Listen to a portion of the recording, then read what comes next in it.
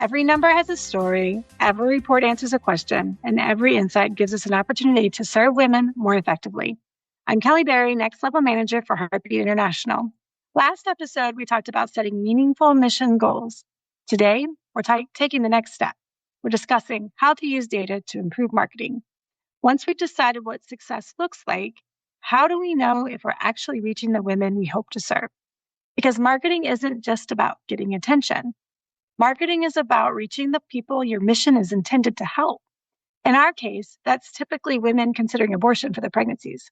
Our data can tell us whether we're doing that well. But before we get into the data, let's start with a familiar story.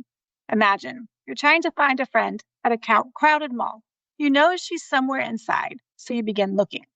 You check the food court. You walk around the entrances. You search the department stores. Someone then asks you, "Can I help you find anything?" You stop, exasperated. "Yes, my friend." Do you know where she entered? No. Do you know where she usually shops? Not really.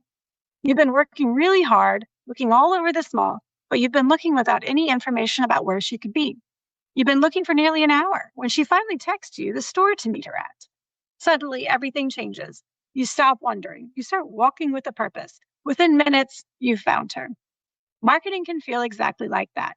Many centers are working incredibly hard. They're posting on social media, updating websites, buying advertisements, creating brochures, hosting events. But sometimes they're doing all of that without first asking, who are we actually reaching?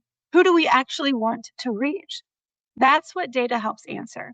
Not because we're trying to become better marketers, because we're trying to become better at reaching the women our mission exists to serve. One center leader said something I absolutely love. Next Level helps us understand what's happening in our ministry so we can make better decisions. That's exactly what this episode is about. We're not learning reports. We're learning how to make better ministry decisions. Another leader recently said, we're making decisions based on data, not assumptions. Think about that. Every center makes marketing decisions. The question isn't whether you're making them. The question is, what are you making them from? Are they based on assumptions, or are they based on what your ministry is actually telling you? Data doesn't replace wisdom. It informs wisdom. Now, let's look at a chart with sample data. If you are listening only, the show notes has a link to the chart. Okay, so this first one is age demographics. At first glance, this looks like a simple demographics report, a bar chart with percentages showing us the breakdown by age groups. It's easy to look at and simply describe what you see. But leaders don't stop at describing the data. They ask a better question. Who are we actually reaching? In this example, about 70% of our clients are between the ages of 18 and 34. Is that what we want to know? This report could simply just tell us the ages of our clients, but it has a greater use. It's to help us evaluate whether our outreach is connecting with the women our mission exists to serve. In this example, about 70% of clients are between 18 and 34 years old. But we shouldn't ask simply, is that a good number? Instead, does this age group encompass who we aim to serve in our mission statement? If the answer is yes, then this data may confirm that our marketing and outreach are connecting with the women we are called to serve. If the answer is no, or only partly, then the report is showing us a gap between our mission and our current reach. Maybe we are reaching one part of our intended audience very well, but missing another. Maybe our website, language, imagery, or outreach channels are naturally attracting this age group. And maybe that is exactly what we want. But we should know that intentionally. We can prove it or not with data. Data helps us compare who we say we want to reach with who is actually walking through our doors. Based on how the data looks, we need to determine what we are doing to cause the data to look this way. And that leads us to the next practical question. Does our website speak to the women in that age group? Do our other marketing materials speak to that age group? Does our imagery reflect them? Does our language connect with them? Are we showing up in places where they are actually looking for help? Data helps us compare who we say we want to reach with who is actually the people that we're reaching, and then decide whether our marketing supports that mission. Does our messaging connect with them? Are we advertising where they actually spend time? Now, another question, who aren't we reaching? Very few clients on this chart show that they are under 18, and then very few are over 34. Very few are over 45, even less. Or could it point to a group that we're not connecting with? Perhaps we want to connect more with the 35 to 44-year-olds, or maybe this is exactly what we expect. Maybe this is exactly right. This report may not give us the complete answer, but it shows us where to look more closely. From there, leaders can compare this information with other reports, community needs, or marketing efforts in the center's mission to decide whether a change is needed. One of the biggest mistakes organizations make is trying to market to everyone. Instead of asking, how do we reach everyone, or how do we get more clients in the door, we look at our data to find out who we are reaching, and is that the people that we want to reach? Are we reaching the women our mission calls us to serve? Or are there gaps? That's a very different conversation than how many are we reaching? So the purpose of this report isn't simply to tell us the ages of our clients, although it tells us that. It's to help us evaluate whether our outreach is connecting with the women our mission exists to serve. So remember, no single report tells the whole story. Think of each report as a chapter. Together, they help you understand your ministry and make informed decisions. The key is to start with a question, use the report that best answers it, and then continue exploring if you need a fuller example.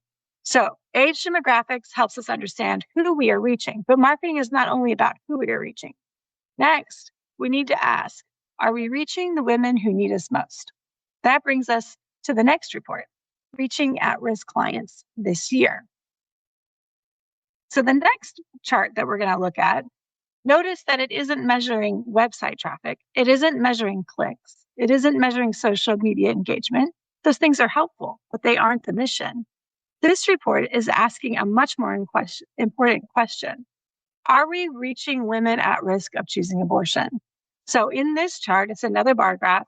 In this chart, it's telling us our goal is 75%. And then you see our goal as a line compared with what we did last month with our percentage of at-risk clients year to date and last year. So our goal is 75%. Our current year is 70.6%. And last year we reached 77.6%. Now, before we jump to conclusions, let's slow down and ask a few questions. First, are we going to meet our goal? Well, at this pace, it doesn't look like it. Second, are we moving in the right direction?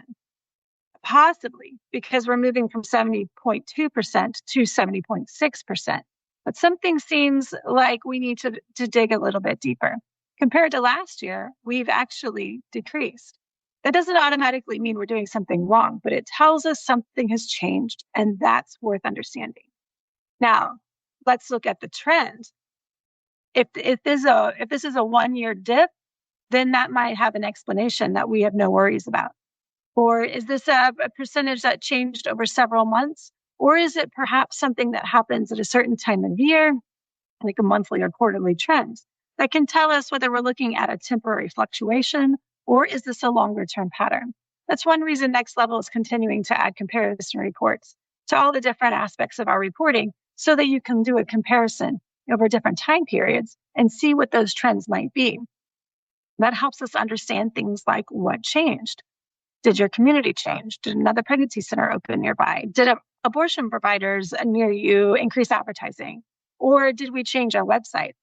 Or maybe you need to think about your logistics. Did your scheduling process become easier or harder? Did we stop doing an outreach event that would have limited the number of people that hear about us? Or did we change how we do referrals? Notice there's no one saying this is good or this is bad. We're asking, what is this data telling us? That's a much better leadership question because data gives us stories to follow. It gives us a place to begin conversations. So there's also something else to notice here. This report isn't just giving you a percentage. It's comparing the percentage to a goal. It's comparing it to last year. Those comparisons are what make the report useful. So without a goal, as we discussed last time, you don't know what you're aiming for. Without a comparison, you don't know whether you're improving. Numbers become meaningful when you compare them to something. Again, that's why we've started adding those comparison reports. Want to help you reach your mission-minded goals. So one director shared something that captures this perfectly. Data drives many of the decisions we make about the mission. I love that because this report isn't here to criticize your ministry. It's here to help you ask better questions, identify opportunities, and make informed decisions about where to focus your efforts. And maybe to also celebrate your ministry. It could be a variety of things, but no matter what it is, I'm hoping that it is something that helps you achieve your mission more effectively. So, what do we do next? Start with a report, notice the trend, compare it to your goal. Then ask why. Why are we up? Why are we down? What could be causing this? Use other reports to help answer that question. A demographics report might show that you're reaching a different audience than before or than you expected. Maybe a client's report reveals more women are coming to you later in the decision-making process. Or maybe your services report shows that people are asking for different services. Or maybe a smaller percentage are at risk. Each report adds another chapter to the story. Finally, decide what action to take. Maybe it's improving your website, strengthening a community partnership, or maybe it's something with search engine optimization or Google Ads or other social media sources. You could also go to logistics. One barrier that we often find with clients is transportation or childcare or scheduling. And so you could also do telecare. Next Level does offer video conferencing right within the app so that you don't have to worry about that being a barrier for any of your clients. That could change how you reach and who you reach and help you achieve your mission better. The answer will be different for every center. The important thing is that your decisions are guided by evidence, aligned with your mission, and measured over time. So before next month, choose one marketing decision, just one, then ask yourself, what is our data telling us? What assumptions have we been making? And what one change should we test? Again, just one. Then measure what happens, because that's how improvement works. We don't guess, we learn, we adjust, and then we measure again. The goal isn't better marketing. The goal is making sure the women your mission exists to serve know you can offer hope when they need it most, that you can offer them hope. Good marketing doesn't just increase awareness. It helps the right women find the right help at the right time. Your data helps you understand whether your outreach is connecting with those women, where there are opportunities to improve, and how to measure whether your efforts are making a difference. Reports don't make a difference.